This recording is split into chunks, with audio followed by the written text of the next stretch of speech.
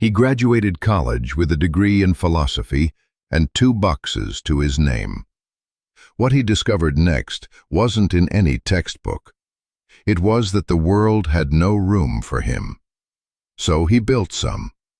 If you've ever felt like you were on the outside looking in, or had to build your own way forward when all the doors were closed, then stick around and hit that subscribe button.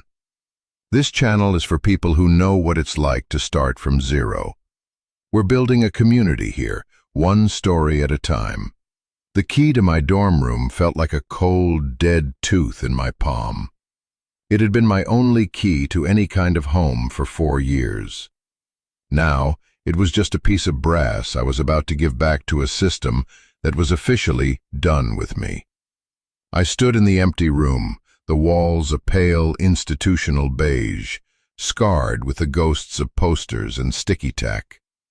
The air smelled of industrial cleaner and finality. My 2 cardboard boxes sat by the door, a pathetic summary of a life. A few dozen books, 3 changes of clothes, a laptop that was already obsolete, and a framed photo of my grandpa and me, taken years ago in his workshop. He was holding up a strange, beautiful birdhouse made from scrap metal and a coffee can, and I was a kid with a gap-toothed grin covered in grease. Outside, the May sunlight was aggressively cheerful, mocking the gray dread that had settled deep in my bones. Other graduates were hugging their parents, loading cars with mini-fridges and memories. Their futures seemed to be paved, signposted, waiting for them.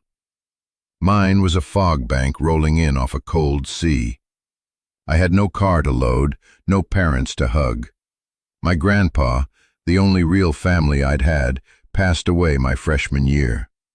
His small rental house had been cleared out and returned to the landlord before I even had a chance to go back for his tools. There was no inheritance, no trust fund, just a Social Security death benefit that had barely covered the cost of his cremation and got me through the first semester. The rest was a patchwork of scholarships, grants, and the student loans that were now a ticking time bomb set to go off in 6 months. I dropped the key in the designated slot at the residence life office. The clink it made was so small, so insignificant, but it sounded like a gate locking behind me. No one looked up. I was just another student, another transaction completed. I hoisted 1 box onto my shoulder, grabbed the other, and walked out into the sun. I had $87 in my bank account. I had a degree that had taught me how to question the nature of existence, which felt like a cruel joke when my own existence was suddenly so precarious. I didn't have a plan. I didn't have a place to sleep that night. I just started walking.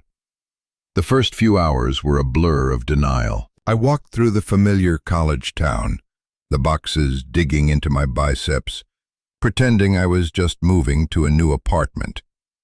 I told myself something would come up. A friend would call. An opportunity would materialize out of the ether. But my phone remained silent. My circle of friends, all in the same leaky boat, were scattering to their own homes, their own uncertain futures. They assumed I had a place to go. I never corrected them. The shame was a physical weight, heavier than the boxes. As dusk began to bleed purple and orange across the sky, the denial started to fray. I ended up at a bus station, not to go anywhere, but because it was a place where people waited. It felt appropriate. I sat on a hard plastic bench, my boxes at my feet like 2 loyal, sad dogs. I watched buses arrive and depart, carrying people to their lives. The station was a river of humanity, and I was a rock on the bank, motionless. The $87 wouldn't get me a motel room for more than a night, and that felt like a foolish waste of a rapidly dwindling resource. Food was the priority. Shelter was a problem I couldn't solve with money. That first night, I slept in a small city park, tucked behind a thicket of overgrown rhododendron bushes. I used 1 box as a pillow, and the other as a windbreak. It wasn't sleep, not really. It was a state of hyper-vigilant exhaustion. Every snapped twig, every distant siren, every rustle of leaves was a potential threat. The ground was cold and damp, leaching warmth from my body. I lay there, staring up at the light-polluted sky, and for the first time, I understood what it meant to be truly invisible. People walked by on the path just yards away, their voices and laughter floating over my hiding spot. I was a ghost in my own city. I had a degree, I had memories, I had a name, but out here, I was nothing. A problem to be ignored. The world I had spent 4 years studying in lecture halls felt like a distant planet. Here, the only philosophy was survival. The only question that mattered was, what do I do now? The next few days bled into a miserable routine. By day, I was a nomad in the public library, using their free Wi-Fi to apply for jobs I was completely unqualified for. Entry-level positions that required 3 years of experience. I'd nurse a single cup of cheap coffee at a diner for hours until the owner's stare burned a hole in my back. I learned the geography of public restrooms, the best places to get clean water, the parks where you were least likely to be hassled. My world shrank to a 5-mile radius, a map defined by basic needs. I ate cheap, calorie-dense food, peanut butter, day-old bread, protein bars. My 2 boxes were my anchor and my burden. I couldn't leave them, and I couldn't carry them everywhere. I found a spot to stash them deep inside a concrete utility tunnel near the river, hoping they would be there when I returned each evening. It was during one of those long, aimless walks that I found myself drawn to the river that cut through the city, a sluggish, muddy artery. I walked along the neglected bike path that ran beside it, a path that eventually led me underneath the massive concrete belly of the I-95 overpass. The sound was the first thing I noticed. The roar of traffic overhead wasn't a series of individual cars, but a constant, deep hum, like the city breathing. It was a sound of immense power, of a world moving on without you. But down here it was strangely peaceful. The giant concrete pillars, spaced about 50 feet apart, rose from the gravelly earth like the columns of a modern cathedral. They held up the world, but down here in their shadow was a space of forgotten stillness. The area was a no-man's land. It was littered with the detritus of the city. A stray shopping cart, a few discarded tires, wind-blown plastic bags tangled in the weeds. But it was also dry. The massive deck of the highway formed a permanent roof, a shield against the rain that had been my enemy for the past week. The ground was mostly gravel and packed dirt, sloped gently toward the river. No one came here. It was too loud, too ugly, too forgotten. And that made it perfect. It was a loophole in the urban grid. Not a park, not a street, not a private lot. It was just under. I sat on a flat-topped boulder, the concrete pillar cool against my back, and watched the river slide by. The humming from the highway above was a constant, strangely comforting presence. It masked all other sounds. It gave the space a sense of privacy. And that's when the idea, a fragile seedling of a memory, began to sprout.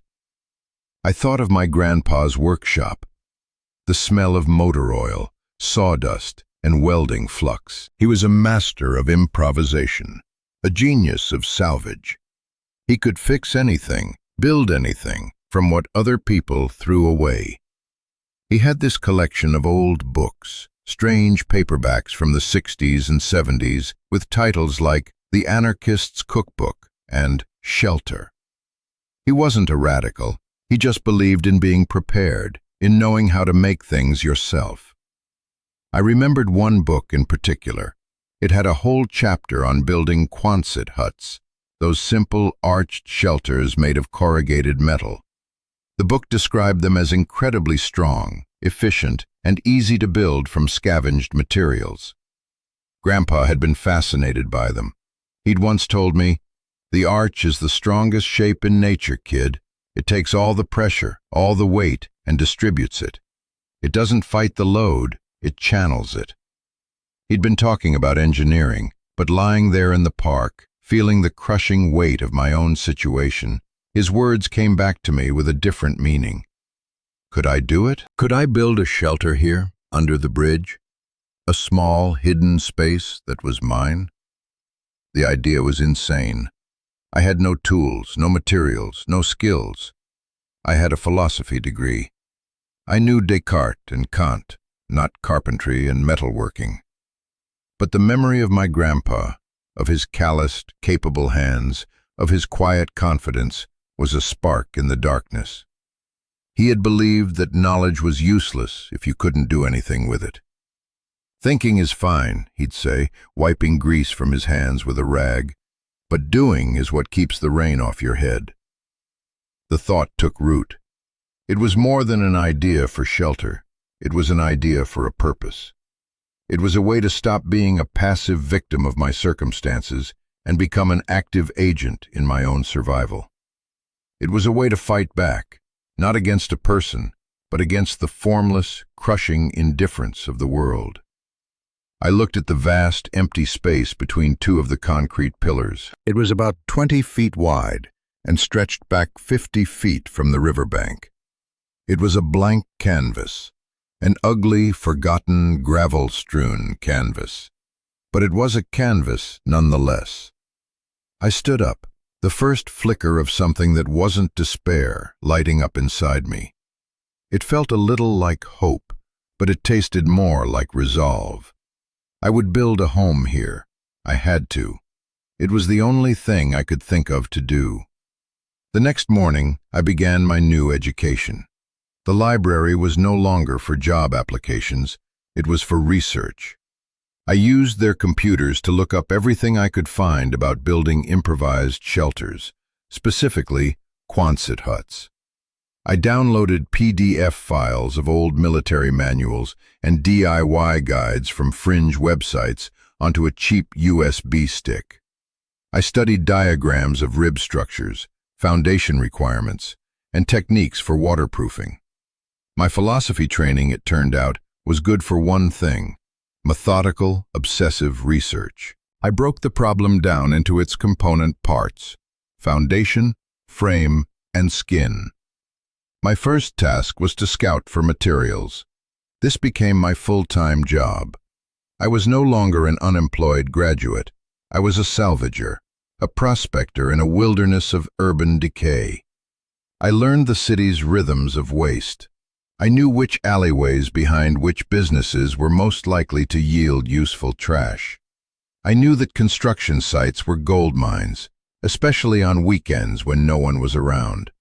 I'd slip through gaps in the chain-link fences after dark, my heart pounding, and search the dumpsters for discarded lumber, sheets of plywood, and bent nails that I could straighten. My territory expanded. I walked for miles, my eyes scanning the urban landscape for potential. I found a surprising amount of discarded corrugated metal roofing behind a warehouse that had been partially demolished. The sheets were bent and rusted at the edges, but the centers were solid. I spent 2 days hauling them, one by one, back to my spot under the bridge. It was grueling work. Each sheet was heavy and awkward, its edges sharp. I had to move at night, sticking to the shadows, feeling like a thief even though I was taking what no one wanted. I stacked the sheets carefully against the back of the concrete pillar, covering them with a dirty tarp I'd found. This was my hoard, my treasure. The foundation was the next challenge. The ground was uneven and sloped. I needed a level base. I had no shovel, so I made one. I found a thick, discarded hubcap and a sturdy piece of broken pipe. At the library, I watched a video on how to lash things together using paracord, then spent an hour in the men's room meticulously weaving a knot I'd seen, binding the hubcap to the pipe. It was clumsy, but it worked. For a week, I spent every afternoon digging. I scraped and leveled a 10 by 15-foot patch of earth, my hands blistering and then callousing. I used a long, straight piece of rebar and a small bubble level I'd found to make sure the base was perfectly flat. Every muscle in my back and shoulders screamed, but with every shovelful of dirt I moved, I felt a sense of ownership growing. I wasn't just occupying this space anymore, I was shaping it. During this time, I met a man I came to know only as Sal. He ran a small, cluttered scrapyard on the industrial outskirts of town. It was a chaotic kingdom of rust and decay, with mountains of mangled metal and discarded appliances. I went there looking for a pipe bender, a tool I knew I would need for the frame. I had $20 left. Sal was a big man with a graying beard and hands that looked like they'd been forged from the same iron that filled his yard. He watched me with weary, suspicious eyes as I explained what I needed. I didn't tell him what I was building. I just said I was working on an art project. He grunted, a sound that was neither belief nor disbelief. He led me to a heavy, grease-caked tool lying on a workbench. "That's the one," he said. $50 to rent it for a day." My heart sank. "I only have 20, I said, the words feeling pathetic. He looked me up and down, taking in my worn clothes, my dirty hands. He looked at my eyes. I think he saw the desperation there, but also the determination.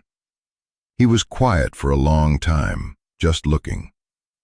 Then he sighed, a plume of cigarette smoke escaping his lips. "You bring it back tomorrow, undamaged," he said, nudging the tool toward me. "And you owe me, not money. One day, I'll have a job that's too much for one man. You come help me, no questions asked." "Deal," I said, my voice thick with relief. "Thank you." "Don't thank me," he grunted, turning away. "Just don't make me regret it." I carried the pipe bender back to my site. It was incredibly heavy, and the 3-mile walk was an ordeal, but I felt victorious. It was the first time someone had looked at me and not seen a problem or a statistic. Sal had seen a person. He had offered not charity, but a transaction based on a different kind of currency: trust and future labor. It was a vote of confidence, and it meant more to me than any amount of money.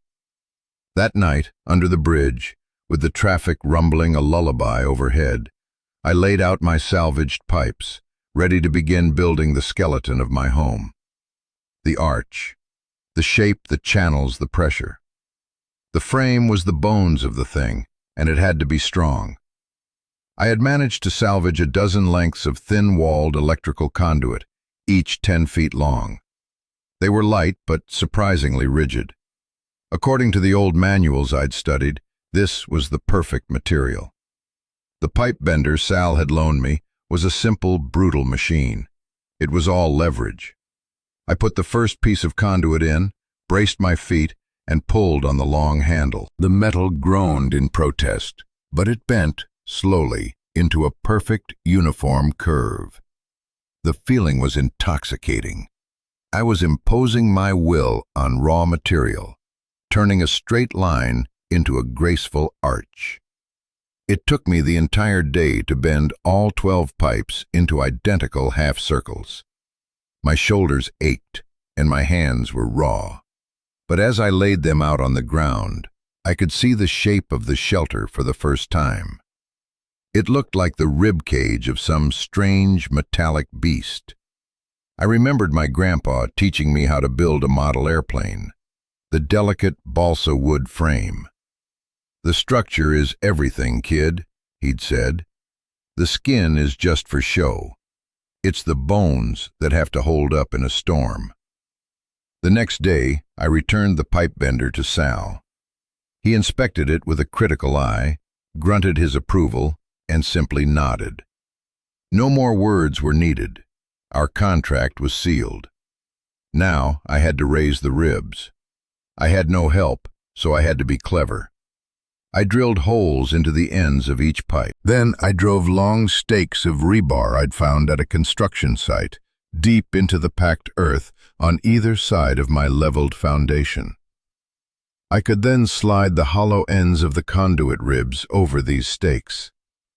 I raised the first rib by myself. It was awkward and heavy, and it swayed dangerously. For a moment, I thought it would collapse on me. But then the ends slipped over the rebar anchors, and it stood, a perfect arch against the gray concrete wall of the bridge support. I stood back and stared at it. It was real. The idea was becoming a thing. One by one, I raised the other ribs, spacing them about 3 feet apart. I connected them at the top, the apex of the arch, with a long, straight piece of conduit, a spine for my rib cage.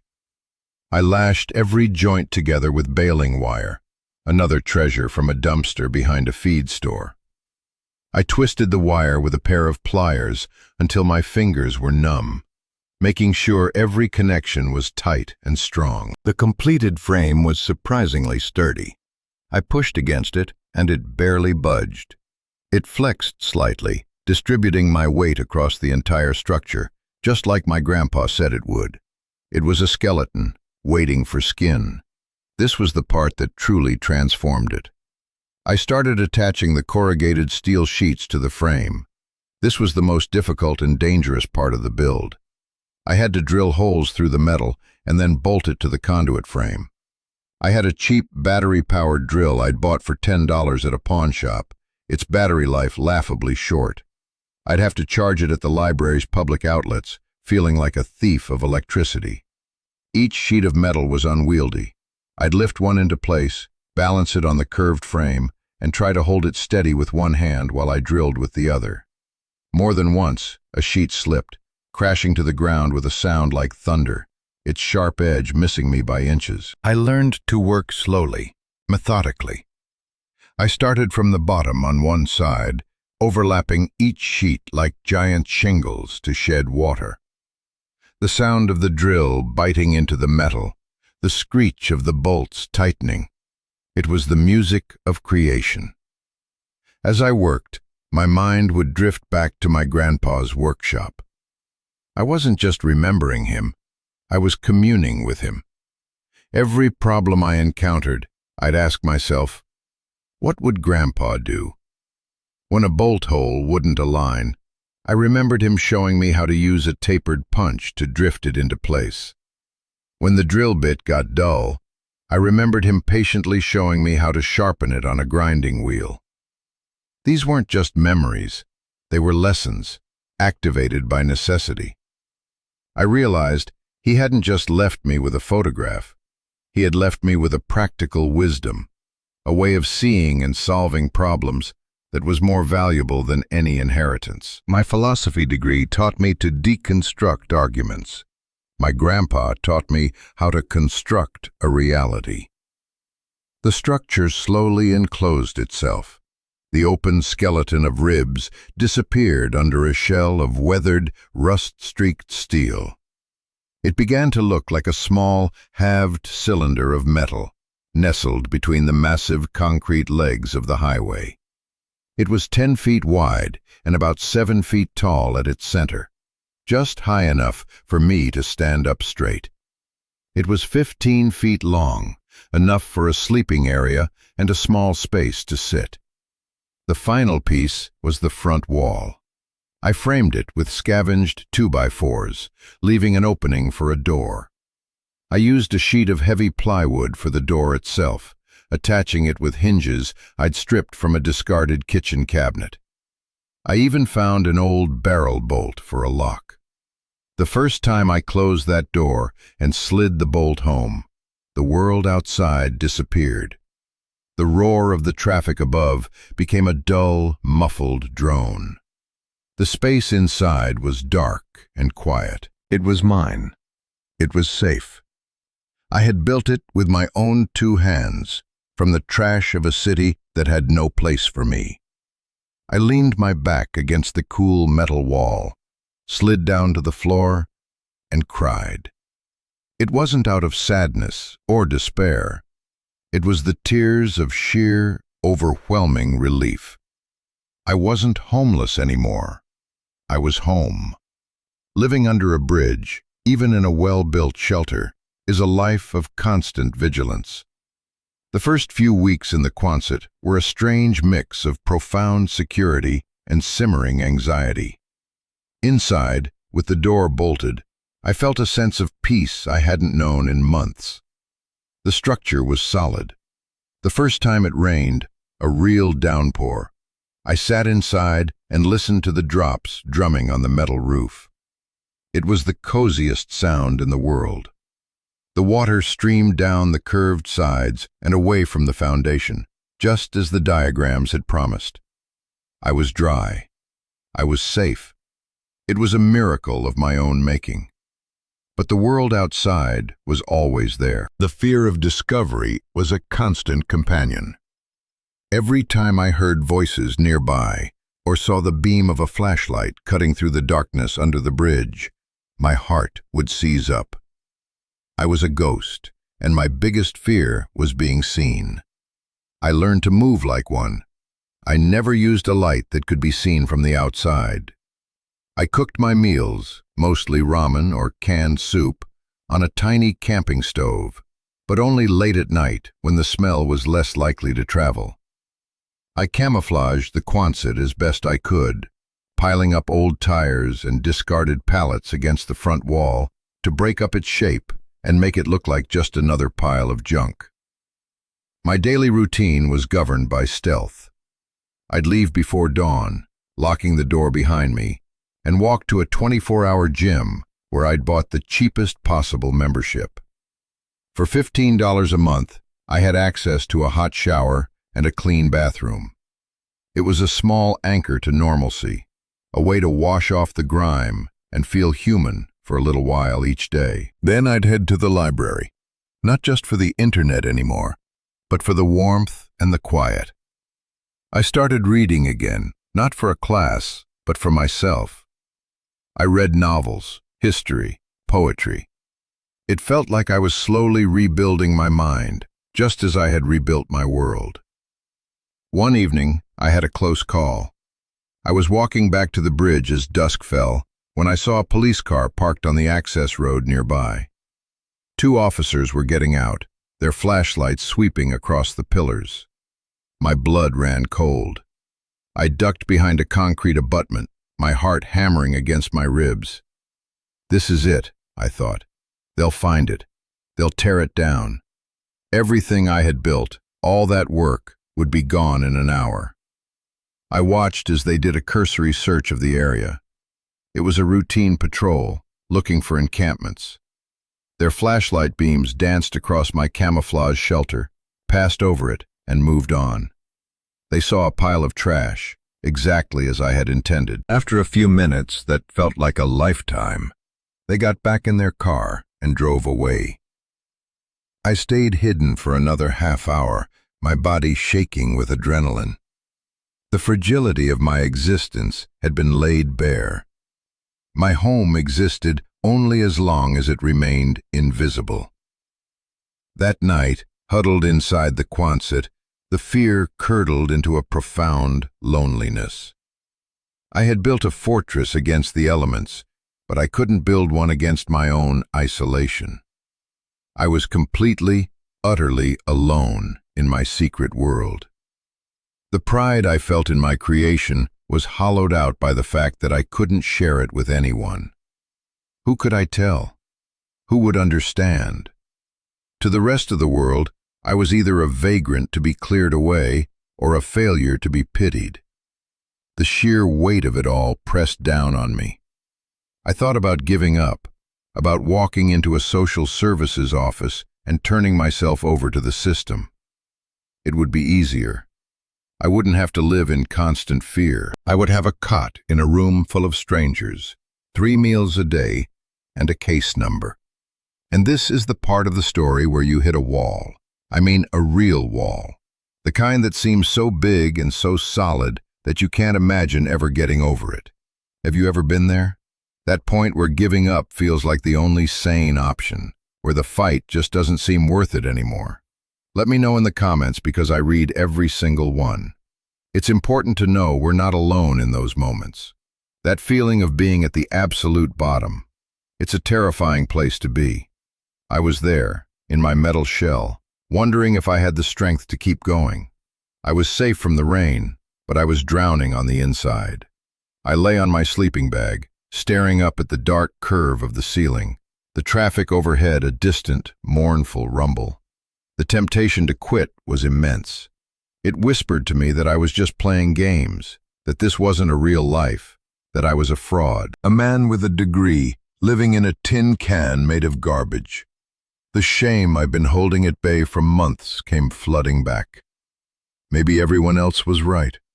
Maybe I really was a failure. I don't know how long I lay there, lost in that spiral of despair. Hours, maybe. But then, something shifted. I started thinking about my grandpa again. I remembered how he'd lost his job at the auto plant when it closed down. He was in his 50s. Everyone said he was done for. I remembered the worry in his eyes, but I never once heard him complain. Instead, he turned his garage into a workshop. He started fixing lawnmowers, sharpening knives, repairing anything people would bring him. He built a new life for himself, piece by piece, with his own hands. He didn't give up. He adapted. He rebuilt. And then I thought about the arch.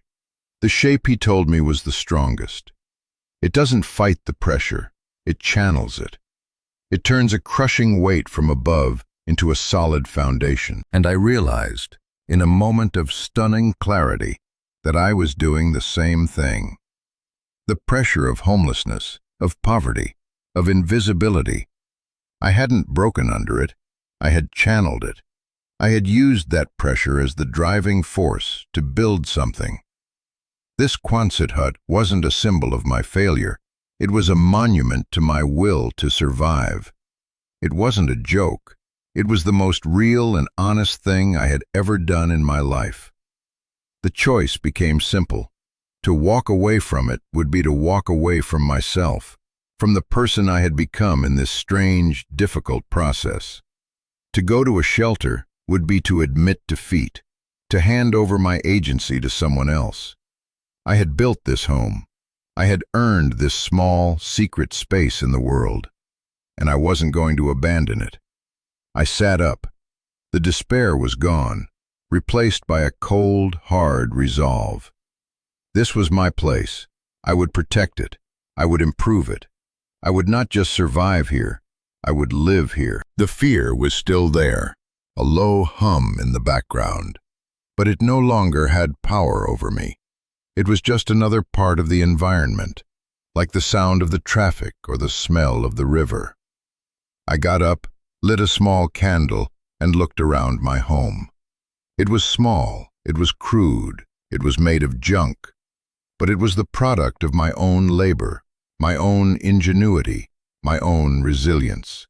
It was beautiful, and it was mine. That night, I didn't just decide to stay. I chose to belong to the place I had created. With my resolve hardened, I began to transform the shelter from a place of survival into a home. It started with small things. I built a raised platform for my sleeping bag out of scavenged pallets, getting me off the cold ground. I found a large, discarded plastic drum, which I cleaned thoroughly and used to collect rainwater from a trickle I discovered running down the inside of one of the concrete pillars. With a simple spigot I bought for a few dollars, I had running water. It was a luxury that felt like a miracle. I started to think about power.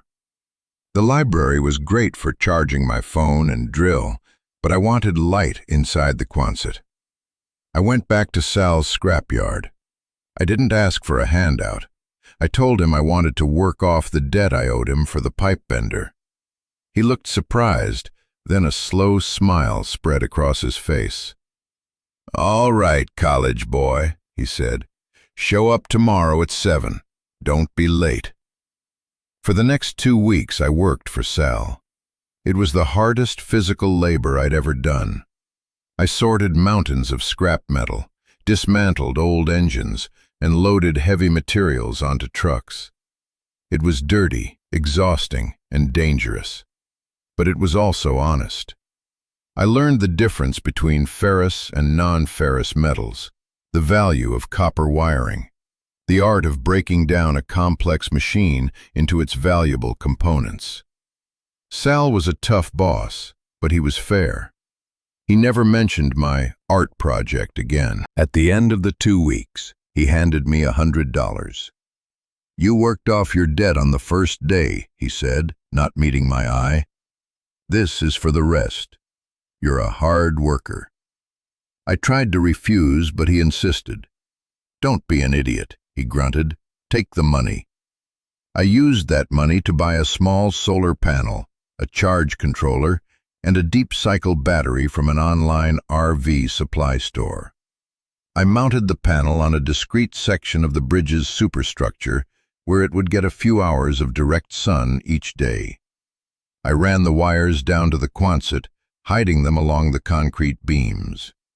That night, for the first time, I flipped a switch, and a single LED light bulb flickered on, filling my home with a clean, bright light. The sense of triumph was immense. I had brought light into my own darkness. My world under the bridge started to have a rhythm, a sense of permanence. I wasn't just hiding anymore. I was inhabiting the space. I built shelves for my books. I found an old cracked mirror and hung it on the wall. I even started a tiny container garden, growing herbs in old coffee cans, lined up in the small patch of sunlight near the riverbank. One afternoon, I was tending to my plants when I saw someone else down by the river. He was an older man, thin and wiry, with a long gray beard. He was pushing a shopping cart filled with aluminum cans. He moved with a slow, deliberate pace, his eyes scanning the ground. I'd seen other unhoused people from a distance, but we usually kept to ourselves, a silent agreement of mutual invisibility. He saw me, and his eyes went from me to the Quonset. I braced myself for questions, for suspicion, but he just nodded slowly. "That's a good setup," he said, his voice raspy. "Keeps the damp out, I bet." "It does," I said, surprised by his directness. He pointed at the small flue I had rigged for my cook stove. "Smart. Ventilation. A lot of guys don't think of that." He looked at the structure again, not with pity, but with a kind of professional appreciation. "You built this yourself?" "Yeah, I did." He nodded again, a flicker of respect in his tired eyes. "Good work." He didn't ask to come in. He didn't ask for anything. He just acknowledged my existence, my creation, and then he continued on his way, pushing his cart along the riverbank. That brief conversation changed everything. It was a crack in my isolation. He wasn't part of the outside world that I was hiding from. He was part of this world, the invisible world under the bridge. He saw my home not as an illegal encampment or a sign of poverty, but as a well-made thing, a smart solution to a shared problem. For the first time, I felt like I wasn't just a man in a shelter, but a neighbor. My confidence grew. I stopped feeling like a trespasser and started feeling like a steward of my small patch of forgotten land. I cleaned up the trash in the area around my home. I reinforced the riverbank with rocks to prevent erosion. I was adding value to a place no one else cared about. The antagonistic forces were still there. The threat of eviction was a permanent cloud on the horizon. But my relationship to that threat had changed. Before, it was a source of paralyzing fear. Now, it was simply a condition of my life. a risk I had consciously accepted. My home was real, my life was real, and I wasn't going to live in a constant cringe, waiting for it all to be taken away. I had built more than a shelter. I had built a life on my own terms, out of the materials the rest of the world had thrown away. And that was a kind of freedom that couldn't be easily dismantled. Months turned into a year. The Quonset became an extension of myself. I knew its every sound, the way the metal contracted in the cold and expanded in the heat, the specific rhythm of the rain on the roof. I had furnished it with my salvaged treasures, a surprisingly comfortable armchair with a broken leg that I'd repaired, a small table made from a discarded cable spool, a rug that had been left on the curb on moving day. It was a patchwork home, built from the stories and endings of other people's lives, now woven into the beginning of my own. I had a steady, if meager, income. My work for Sal at the scrapyard had become a regular thing, 2 days a week. It was enough to cover my gym membership, my phone bill, and food. The rest of my time was my own. I read voraciously. I filled notebooks with my thoughts, with sketches of the bridge, the river, the play of light and shadow on the concrete pillars. My art, which had felt like a frivolous luxury in college, now felt essential. It was a way to document my world, to find the beauty in the overlooked and the discarded. My philosophy degree didn't feel so useless anymore. It had taught me to find meaning, to construct a coherent narrative out of chaos. And that's what I was doing. I was living my philosophy. The biggest change was internal. The constant, low-level hum of shame that had accompanied me since graduation had finally gone silent. I was no longer ashamed of my situation. I was proud of it. I had faced the worst-case scenario: homelessness, poverty, isolation. And I hadn't just survived. I had created something. I had built a space for myself in a world that had told me there was none. What is a home? I used to think it was a place with a mailing address, a deed, a set of keys that proved you belonged somewhere. I thought it was something you bought, or inherited, or were given. But living under the bridge, I learned that a home isn't a noun, it's a verb. It's an act of creation. It's the labor you pour into a place. It's the act of making a space safe, of filling it with light, of marking it as your own. My Quonset hut, made of scrap metal and salvaged wood, was more of a home than any apartment I could have rented. It was a home because every inch of it was infused with my own effort, my own will, my own story. It wasn't just about shelter. What I made kept me alive in a much deeper sense. In the process of building the Quonset, I had rebuilt myself. The scared, lost graduate who had walked away from his dorm with 2 boxes was gone. In his place was a man who knew how to bend steel, how to read the weather, how to find value in what others saw as worthless. A man who understood the physics of an arch, both literally and metaphorically. The structure had taught me that the greatest pressures, if met with the right design, can become the source of your greatest strength. I hadn't just built a hut. I had built a foundation for a new life. I was no longer defined by what I had lost. My family, my financial security, my place in conventional society. I was defined by what I had built. My resilience, my ingenuity, my home. The world above could roar on, with its jobs and its rents and its expectations. Down here, in the shadow of the highway, I had found a quiet center. I had carved out a space where I could be, simply and honestly, myself. It wasn't the life I had planned for, but it was a life I had chosen, a life I had made. And that made all the difference. My story doesn't end with me leaving the bridge for a corner office. That's not the point. The point is what I learned there. The world is full of forgotten spaces, overlooked people, and discarded materials. But with a little bit of ingenuity and a lot of resolve, you can build something extraordinary out of what's been left behind. You can build a home. You can build a life. You can even build a future. Today, I still have my home under the bridge. It's my anchor. But I also have a life that extends beyond it. I sell my sketches of the city's industrial landscapes at a local market. I do freelance salvage and repair work, using the skills Sal and my grandpa taught me. I am part of a community, the invisible one and the visible one. I am no longer hiding. So, what is a home? For me, it became a curve of corrugated steel under a highway. It was proof that I could exist on my own terms. It was the quiet space where I found out who I really was. If my story means anything, it's that you can build a life out of the pieces people throw away. Your circumstances don't have to define you. Your creativity, your strength, your will to build, that is what defines you.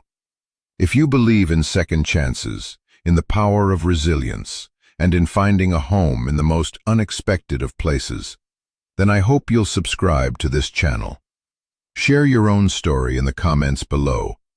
I want to hear about what you've built, literally or metaphorically. What did you make when you thought you had nothing left? Because those are the stories that matter. Those are the stories that keep us all alive.